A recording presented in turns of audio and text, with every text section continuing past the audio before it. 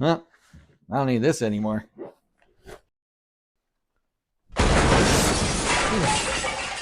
Oh.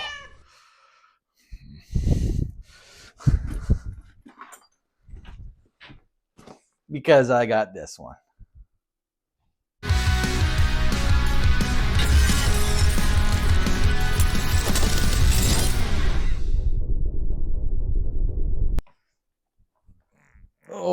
Oh, that hurt.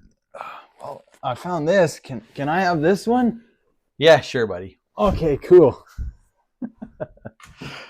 Anyways, welcome back to the channel, everybody. I'm Chris. And I'm Link. And yeah, we picked up a new Klim Aspect 16, didn't we? Yes, we did. Where did we get it from? The Alberta Sled Show here at Edmonton, Alberta.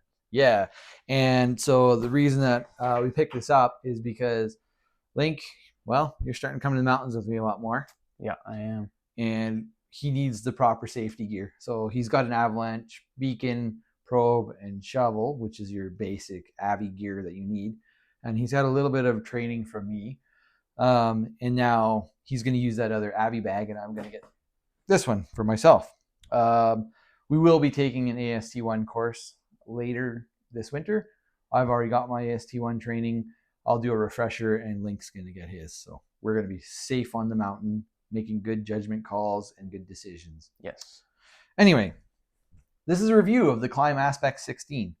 There's a few different models. We tried on, must have been what, like 5 of them at the sled show? Yeah, 5 of them. Yeah, and I liked this one the best. Now, there's a couple differences between this one and some of the others. There's the vest style, the strap style. This is like a weird kind of, almost like a hybrid. Some straps with the vest kind of in it. Something that really sold me on the Klim Avalanche bags is it's kind of the way of the future is everybody's going to electric. Mm-hmm. And so the electric system is called the Alpride E2. And the Alpride E2 system is like a fan that runs off capacitors. So we'll talk about that a little bit. And we'll show you guys how the shovels, beacons, and probes go in there. Or not beacons, sorry. Shovels and probes. And we'll just look at the storage and everything on it. But number one thing, I know you're all wondering, how much does this thing weigh? So we did a weight comparison, and do you remember? I don't remember. I'll take a look. Hold on. Yep. We wrote it down. This one says 7.4 pounds or 3.4 kilograms. 7.4 pounds. And that's nothing in it. It's just the capacitor, the blower system, the bag itself. 7.4 pounds. So I don't know what the old one was, but of course it's going to change. Yeah, it's going to. Whatever you pack in there and stuff. Okay. We'll get into this a little bit and show you guys some of the storage options first, and then we'll talk about the electric inflation system. And one more thing, this is not a paid promotion at all. We're just doing this honest for us because, I mean, we're kind of tiny right now, and I don't think Klim would come to us right now. Well, that'd be cool if they did. I know, it would be, but yeah. Anyway. Hear that, Klim? If you want, you can sponsor us. Anyway, okay, good point. Thanks, yeah. Lincoln. Mm-hmm. And the kitty, he's okay.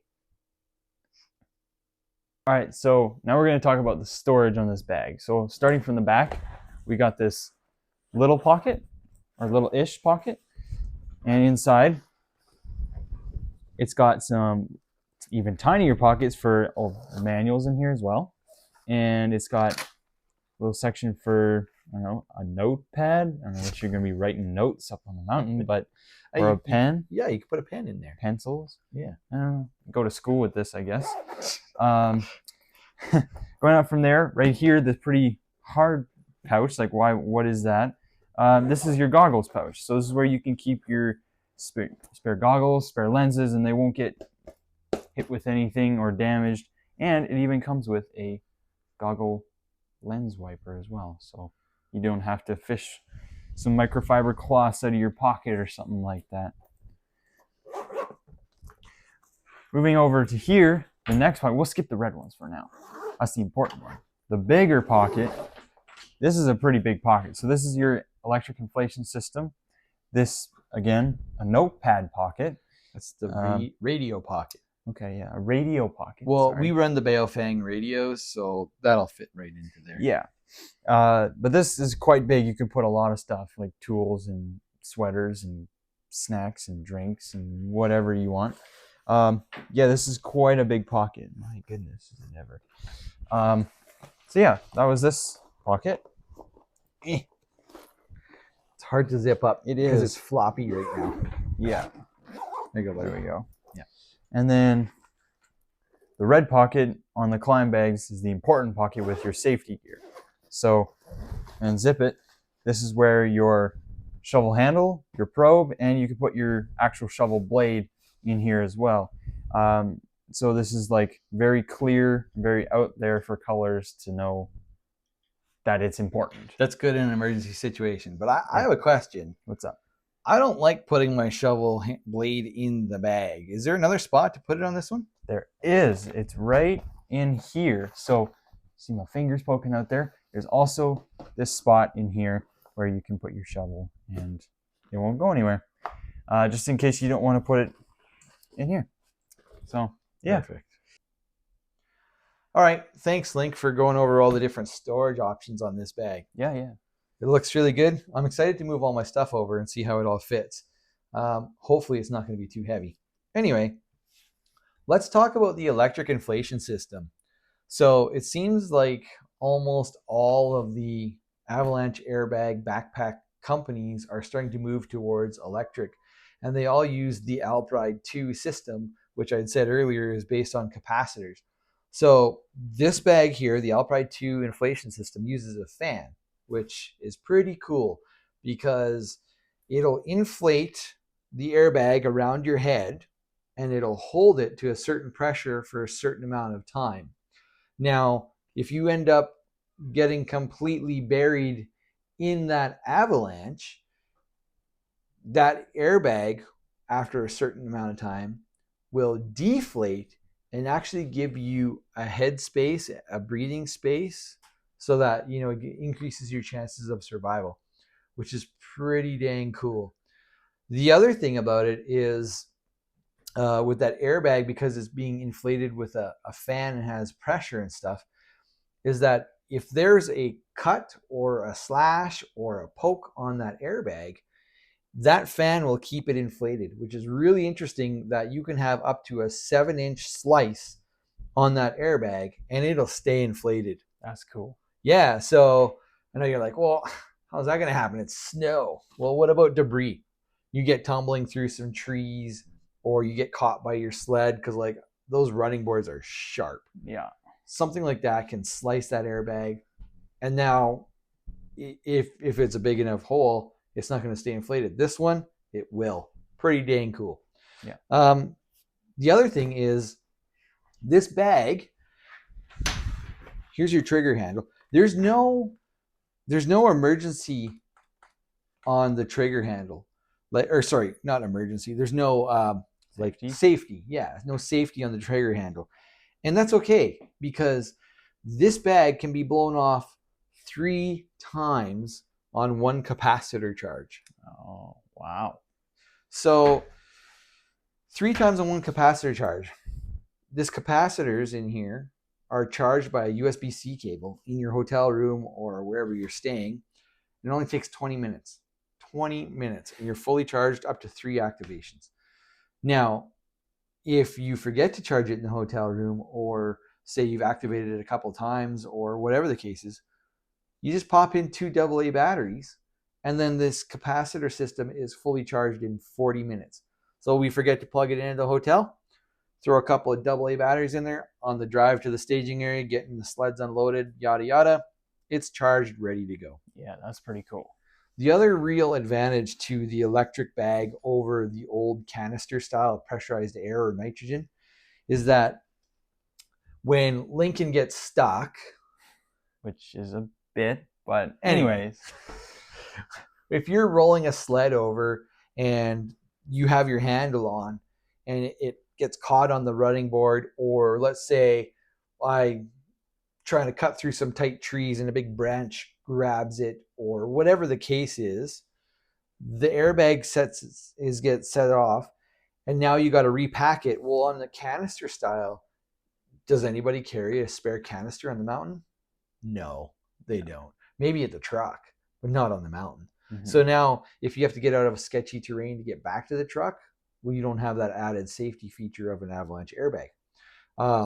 Or you have to really choose different terrain for the rest of the day, or your day is just done. And, you know, like it can really change the entire day and trip. This one here, you accidentally set it off, you just repack it, it's ready to go. Yeah. Like, how is that not awesome? You know what? The other thing too is the canister style that costs a lot of money to recharge them every time. So the electric one, it doesn't cost anything to do that. Yeah, just your power bill, but that's fine. Yeah, I'll gladly spend a little bit of money on electricity to have this ready to go and need it. Yeah. No. How does that work? Spend the money in case you need it. Don't.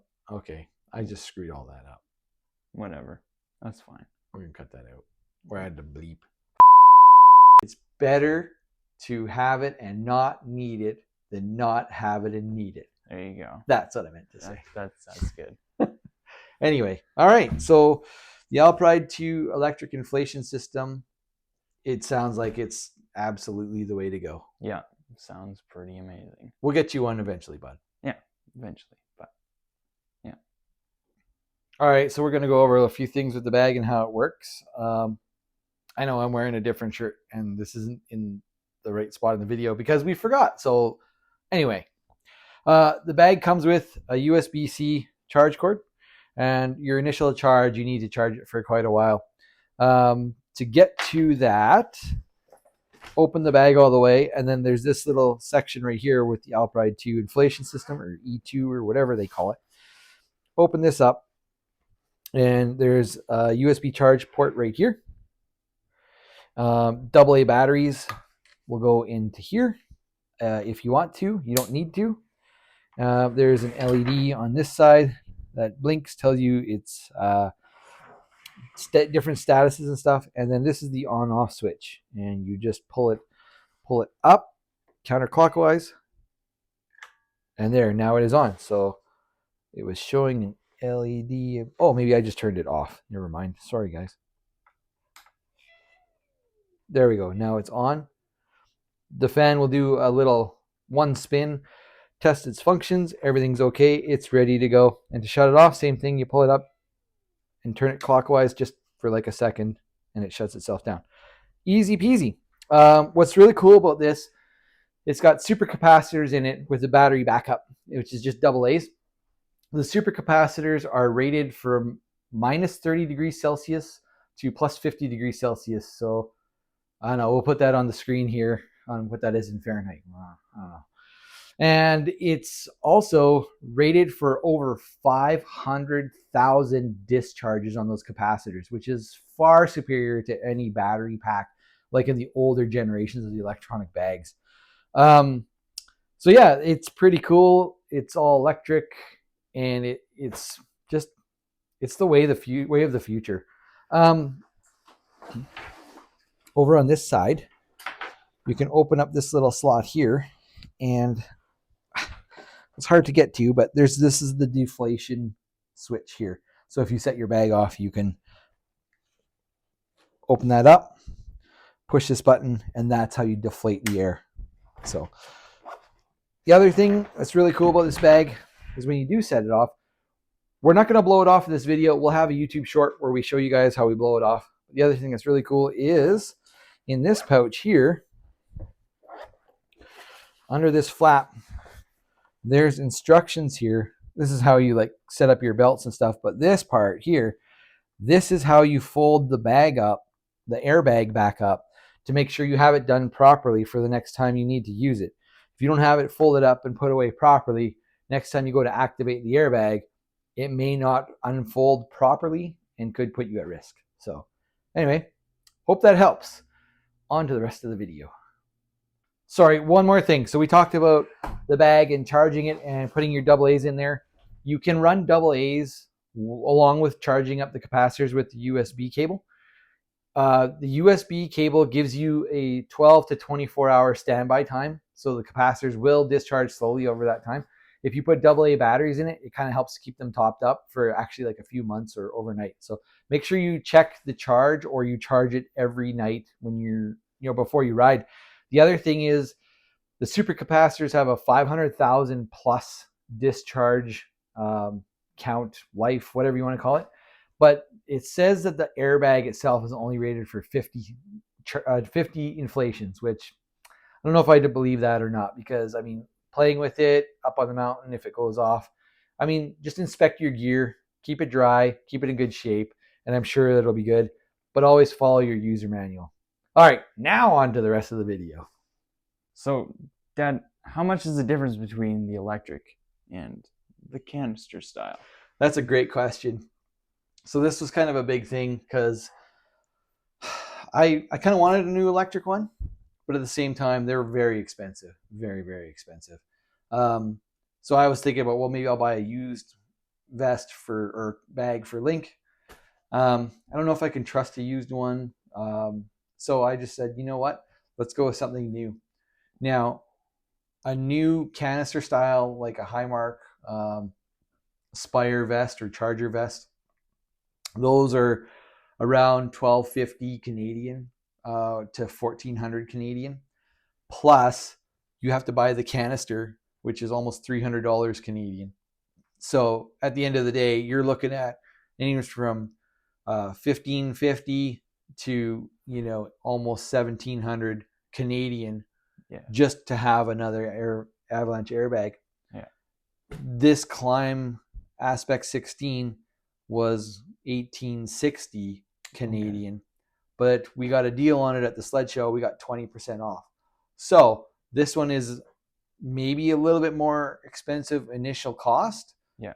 But I don't have to worry about the canister. Mm-hmm. And because we got 20% off, it's relatively the same. Yeah, okay. Yeah. So cool. New technology, new bag, and cheaper to run and maintain. Yeah. Win-win. Sounds like a good deal. Well, that's how it fits, Link. Cool. Actually, it feels really good. I'm pretty impressed. I tried it on at the sled show, so no surprises there. But yeah, this does feel good because it's got a lot of pressure right here on my chest. So I'm not really feeling anything on my shoulders right now. Of course, there's nothing in it, but so far, I'm actually really like the way that this feels. Cool. Well, turn around. Let's see what it looks like behind.